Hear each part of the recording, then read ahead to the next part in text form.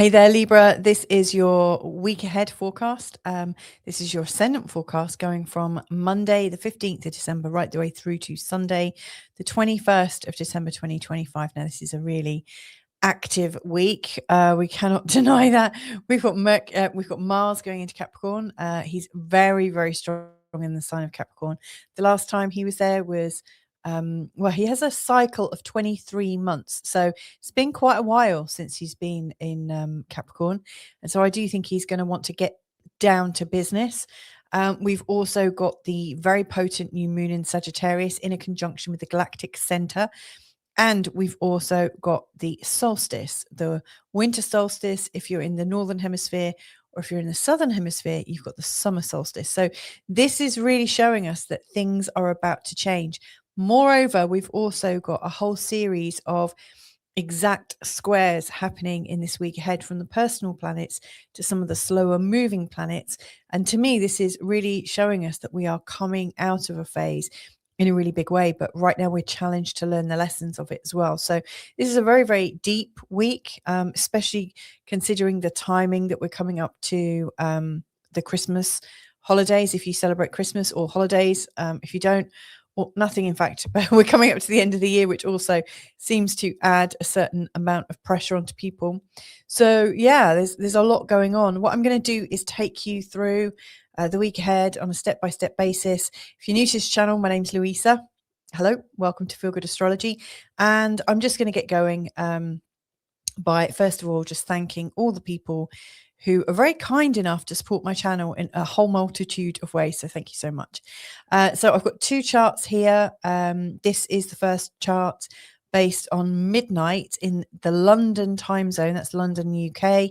On Monday, the 15th of December. And you'll see the moon is just hanging in there in the sign of Libra, in your own sign. And then at the end of the week, the moon has worked her way all the way around here to the sign of Capricorn on the 21st of December. So that's what we're going through, this left-hand bottom part of the chart. Now, to me, this is a real personal part of the chart where we're really learning about our own skills and also our tendencies in terms of, our confidence about how we're working and stuff. So yeah, it's likely to bring up a lot of interesting thoughts. Now, one thing to recognize is at the start of the week, we've got 4 planets in the sign of Sagittarius, and by the end of the week, we've got 3 in the sign of Capricorn. As we go into the following week, next week, in the Christmas forecast, you'll also see that we've got Venus joining the Sun and Mars in the sign of Capricorn. So we're definitely moving into this new Capricorn energy. Now, you'll also notice that this is what's known as a whole sign Western tropical model. What I mean here is the chart has been designed so there's one sign of the zodiac in every house. Each of these sections is known as a house. We start counting from 9 o'clock as we look at, as a clock face. So this is the first, the second, the third, the fourth, right the way round to the 12th. Now, what we're doing in this week ahead is we're moving from the third and into the 4th house. And at the same time, there's squares going from the 3rd house to the 6th house. So the 3rd, 4th, and the 6th seem to be of real importance to you in this week ahead. And so, yeah, that's also something that's going to come up in this conversation for sure. Now, I've written down all the most important dates as far as I can see them.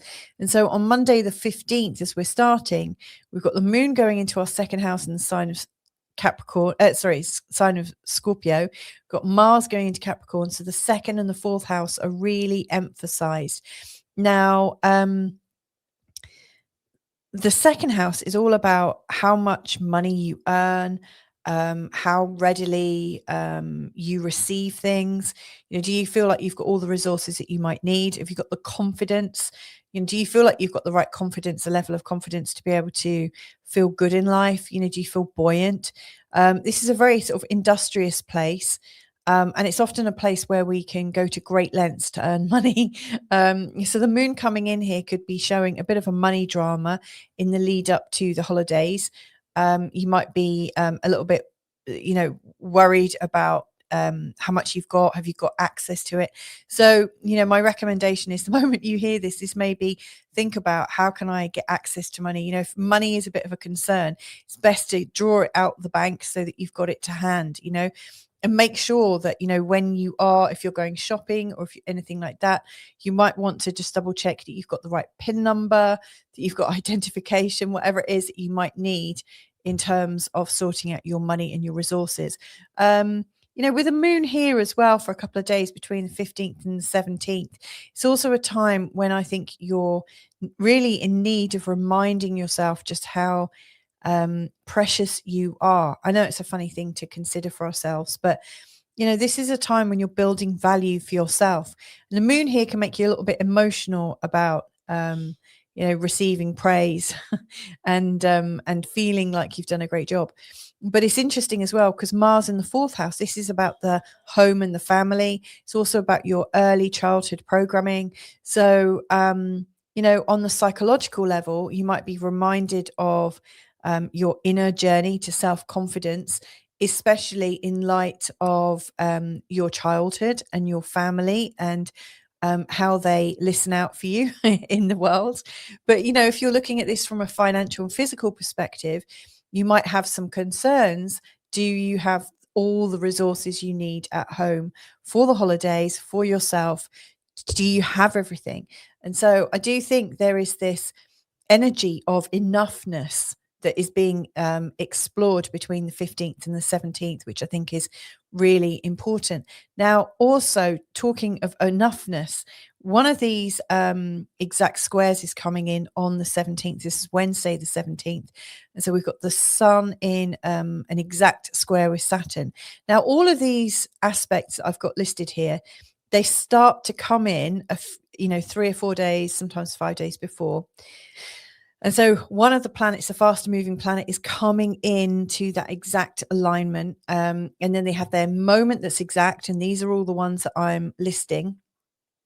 And then after that, they fade out of it. So nothing just hits and then disappears. It's nothing like that. It comes in like a wave of energy. It hits, you get the crest of the wave where you really feel it, and then it fades away. The waves draw out again.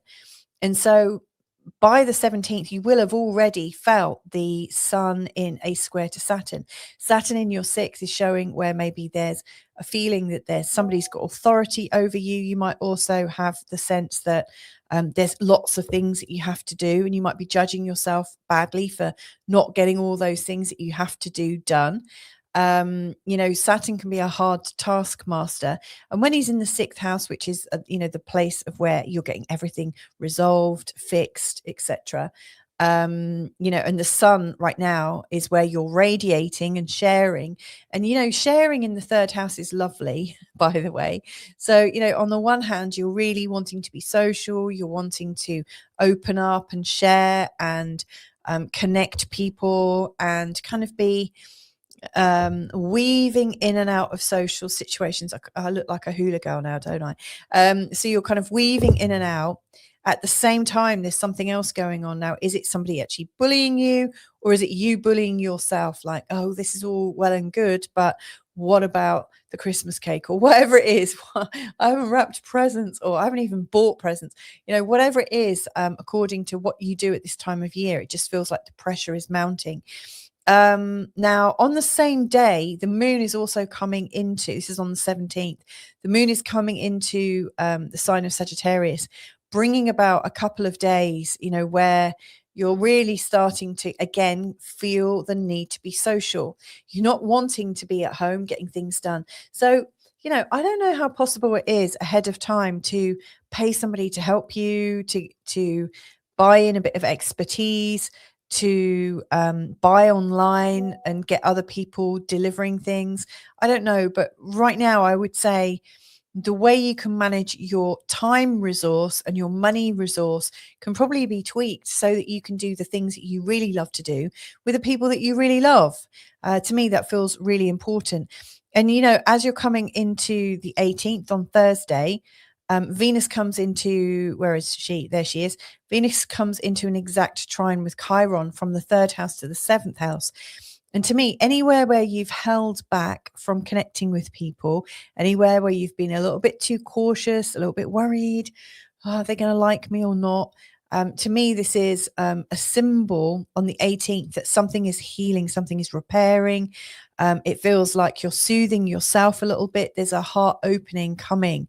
And yes, you may well have felt quite responsible the day before as the sun was coming into a square with Saturn. That really can feel quite heavy, but Venus in a trine to Chiron on the 18th feels lighter and more refreshed, more relaxed. And like I mentioned, it's kind of soul soothing. So do things that are going to help you and allow that energy to tide you over until we get to Saturday. See, on Saturday, it's the 20th and the 21st is Sunday. So we've got this sort of portal of energy. It's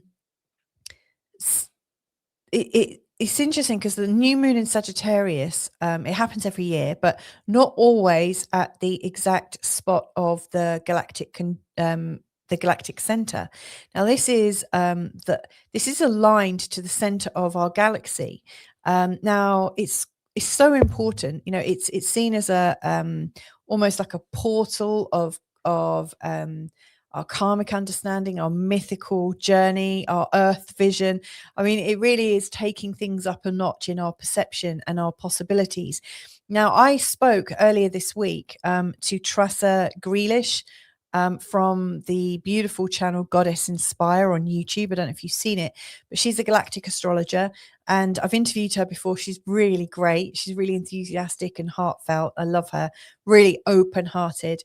And Tressa and I were talking about the new moon in conjunction with the Galactic Centre and what that might, bring about. However, on the same day that this is happening, I think the same day or around that time, 3i Atlas, which she's also been watching and observing, is at its closest distance to Earth. And so it feels like this new moon is really picking up on some sort of extraterrestrial, extra spiritual insights. There's something that we can use here. And in fact, I'm going to be releasing something a little bit later on in this week ahead with a little message from Tressa about the new moon and its conjunction to the Galactic Centre and how it might affect you based on your ascendant. So watch out for that if that's of interest. And if you're not already subscribed, that might be a good little nudge to subscribe so you don't miss it. Click, the notification bell, and then you really won't miss it. Now on the 20th, so we've got this Galactic Centre new moon. And it's really kicking us off into this 2-day portal. Now, it's happening at the tail end of Sagittarius in your 3rd house, really showing that every attitude that you have towards your community, that feeling of belonging that you might have to people, not just your family, but your friends, your siblings, your cousins, that feeling of being absolutely held, that feeling of being in a container of knowing, like exactly where you stand. That sort of energy of connection is coming in at a much deeper level. Now, I think this, conjunction with the Galactic Centre is really showing that actually that sense of belonging is a sense of belonging that you might have to the universe or to our galaxy. To me, this is that our connection is something really internal. It can't be taken away from us. But I think it's set to put you onto a new path, a much deeper path, a much more I guess an aligned path is the best word that I can come up with just in the flow here. Now, on the same day, Lilith is coming into the sign of Sagittarius. Now, I don't often talk about Lilith when I'm looking at these forecasts, but it seems significant that she's also shifting, and she spends like a whopping 9 months in each sign. So it's important.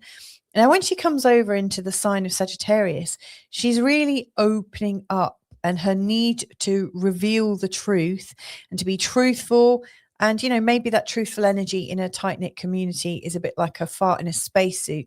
Nobody wants it, but that energy is showing up. And so I wonder how you can still feel this sense of belonging whilst also being true to yourself, which to me feels like something that's explored at the same time. Speaking of speaking up, we've also got Mercury in a square to the North Node. Now, if I move my chart along, you'll see this more clearly. So Mercury is connected to the South Node in a square and the North Node in a square. Now, the South Node is really showing where you've already attained a certain amount of intuitive intel quietly, and you've been able to assess things. I say it's intuitive because it's in the 12th house, but of course in the sign of Virgo, it might be sort of like natural intuition, like maybe being able to work with plants and energies and things like that, very grounded energy. And yet right now you're being encouraged to speak your truth, not in a quiet and sacred way, but how can you speak your spiritual truth in an everyday way? To me, that's one of the things that you're also being challenged with doing. So when you think of that, Lilith going into Sagittarius saying, come on, you can't be repressed anymore. And also this new start in the 3rd house, aligned to your highest good.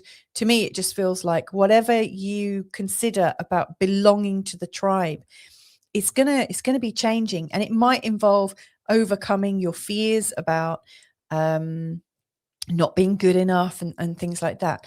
Now, around the time just after the new moon, and all those sort of big energies that have built up, the moon's heading into Capricorn, showing, I think, that our psyche and our emotions, we're getting really serious about them. We're really ready to take them further. Now, as the moon comes in here, Mars is already here as well. The sign of Capricorn for you in the 4th house is a place where you feel at home. It's a place where you might want to build a safe, reliable place. It's not a place where you want loads of people coming in necessarily, unless it's respectful and everything's beautiful and well arranged. But to me, it just feels like you're quite private. Around the 20th and into the 21st, and then as we're heading into the 21st, we've got these 3 exact squares taking place. Now the Sun in a square to Neptune is a big one, because this is the very last Sun and Neptune square across these mutable signs of Sagittarius and Pisces, the last one in our lifetime. This is really, really intense. And here you might recognize that you get a little bit lost. On the one hand, you belong to the collective and you belong to the community. And on the other hand, there is this sense of, I've got to work on this. I've got to get this right. And there's this need to be quite purposeful and also quite spiritual in how you're organizing things. And yet your heart, in many respects, is wanting to be in the community. And so I do think there's this uncomfortable, it's a disintegration, because it's not an integration at all, but it's a disintegration of being able to get things done and be in the community at the same time. So you might feel like you're losing confidence a little bit. You might be questioning yourself. You might be doubting your skills and your ability. So it's important not to take that too seriously. You've also got Venus in a square to Saturn. Now here she's quite calm. It's possible that you don't want to be disappointed, so you might be playing a bit cool, keeping your cards close to your chest a little bit. You might feel a little bit disconnected, and also Sun square Neptune can feel quite disconnecting. However, anywhere where you're feeling a bit disconnected, it's quite worth asking yourself, what's going on here? Why do I feel disconnected, and what am I disconnected from and to? Because well, first of all, I think it's our bodies. Our bodies can feel connection, but sometimes our minds are the things that get disconnected. Often our bodies know exactly who we want to connect with and how, but we psych ourselves out. We live in our minds and not our bodies.